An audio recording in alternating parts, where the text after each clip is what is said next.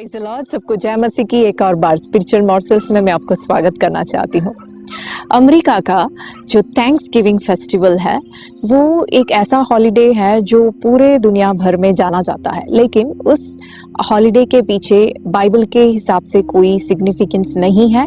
वो उनका एक राष्ट्रीय त्यौहार है। उनके इतिहास में उसके पीछे बहुत ही बड़ा सिग्निफिकेंस है, जिसके कारण वो वहाँ पे मनाते हैं। लेकिन इसी समय इस दिन के दौरान जो अनेक विश्वासी भाई बहन इस दिन में क्या करते हैं, परमेश्वर की स्तुति और आराधना करने के लिए, परमेश्वर को एक धन्यवाद देने के लिए वो इस्तेमाल करते हैं।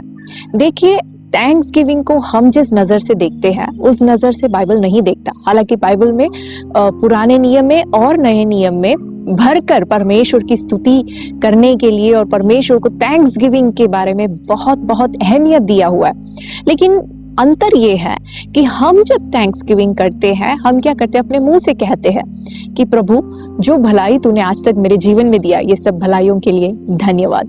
ये जो धन्यवाद है, ये हम अपने मुंह से कई बार अनेक लोगों से कहते हैं, इंसान से भी कहते हैं। ऐसे भी लोग जो हमसे नफरत करते हैं उनसे भी हम कहते हैं। क्यों? एक फॉर्मेलिटी के लिए हम कहते हैं धन्यवाद, लेकिन वो दिल से नहीं उभरता। परमेश्वर के वचन में जो है, परमेश्वर के वचन में जहाँ धन्यवाद देने को कहा है, वो धन्यवाद कहना नहीं, धन्यवाद देना है। उसका मतलब उसमें एक एफर्ट है, वो हमारे दिल से उभर कर आता है और एक आराधना के रूप में बाहर निकलता है। जहाँ कहीं भी पुराने नियम में धन्यवाद परमेश्वर को देने को कहा है, वहाँ हर जगह हम देख पाते हैं कि वहां आराधना है, परमेश्वर की स्तुति और आराधना के बारे में लिखा है। लेवीय व्यवस्था 7वें अध्याय में हम देख पाते हैं कि वहां पे एक बलिदान, धन्यवाद का बलिदान चढ़ाने को कहते हैं। और परमेश्वर जो इजरायली लोगों को अलग अलग पर्व देते हैं प्रभु को धन्यवाद देने के लिए, उसमें से एक पर्व का नाम ही धन्यवाद का पर्व है। उसे तंबुओं का पर्व भी कहते हैं, जिसके बारे में मैंने 39वें एपिसोड में बहुत ही क्लियरली उसके बारे में मैंने समझाया है। पहले इतिहास के 16वें अध्याय में हम देखते हैं, यहोवा को धन्य कहो क्योंकि वो भला है, उसके उपकार सदा के लिए, उसकी दया सदा के लिए है। और ये जो कंसेप्ट है वो पूरे भजन संहिता में हम देख सकते हैं कि परमेश्वर को धन्यवाद करो। क्यों? क्योंकि उसके उपकारों को हमें भूलना नहीं है, उसकी भलाई सदा के लिए है, क्योंकि वो भला है। तो हम भी आज क्या करते हैं कि परमेश्वर जो भलाई हमारे जीवन में करता है उसके लिए हम परमेश्वर को धन्यवाद कहते हैं। करते भी नहीं है, हम आराधना नहीं करते, हम परमेश्वर को धन्यवाद कहते हैं। लेकिन ये एक पुराने नियम का कॉन्सेप्ट है। नए नियम में जब हम नए नियम के विश्वासी हैं, हमें परमेश्वर ने क्या कहा है? पहले थिस्सलुनीकियों का पुस्तक उसके 5:18 में पौलुस कहता है कि सदा हर समय परमेश्वर का क्या करना है? हमें धन्यवाद करना है, चाहे परिस्थिति विपरीत भी क्यों ना हो। सिर्फ तभी ही नहीं जब वो हमारे जीवन में भलाई करता है, लेकिन हर समय सदा परमेश्वर को हमें धन्यवाद करना है, उसका धन्यवाद करना है। देखिए, पुराने नियम में कुछ ऐसे परमेश्वर के भक्त लोग थे जो चाहे वो जीते पुराने नियम के समय में थे, लेकिन उनका जीवन जीने का जो नजरिया था वो नए नियम के अनुसार था। यदि हम अय्यूब के जीवन में देखते, वो कहता है यहोवा ने दिया, यहोवा ने लिया, उसका नाम, उसके नाम की स्तुति हो, उसके नाम की महिमा हो।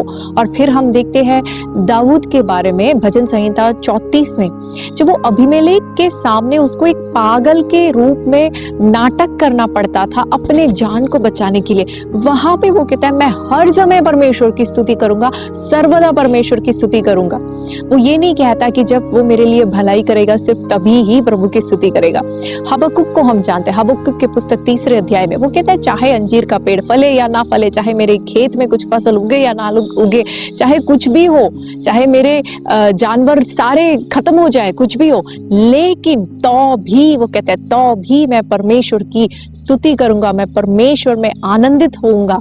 और ये जो कॉन्सेप्ट है ये नए नियम की कॉन्सेप्ट है। लेकिन आज हम जो नए नियम के विश्वासी है, हम पुराने नियम के कॉन्सेप्ट को फॉलो करते हैं। हम कहते हैं जब प्रभु मेरे लिए भलाई करता है तो प्रभु ने मेरे लिए ये किया, ये किया, ये किया, उसके नाम की स्तुति हो। भाई और बहनों, हमें सिर्फ उसके भलाइयों के लिए ही नहीं, उसके उपकारों के लिए ही नहीं, लेकिन उसकी आराधना इसलिए करना है कि हमें ये जानते हुए कि वो कौन है, उसको हमें आराधना करना है। पौलुस जब हमसे कहता है कि सदा हर समय परमेश्वर का धन्यवाद करो, तो वो सिर्फ हमें सिखाता ही नहीं है, वो अपने जीवन से हमें दिखाता है। देखिए प्रेरितों की पुस्तक उसका 16वें अध्याय यदि हम देखें, वहां हम देख पाते हैं पौलुस और सिलास दोनों को वो पीटते हैं, बुरी रीति से पीटते हैं और बंदी गृह के अंदर एक कमरे में डालते हैं और उनके पांव को खाट में ठोक देते हैं।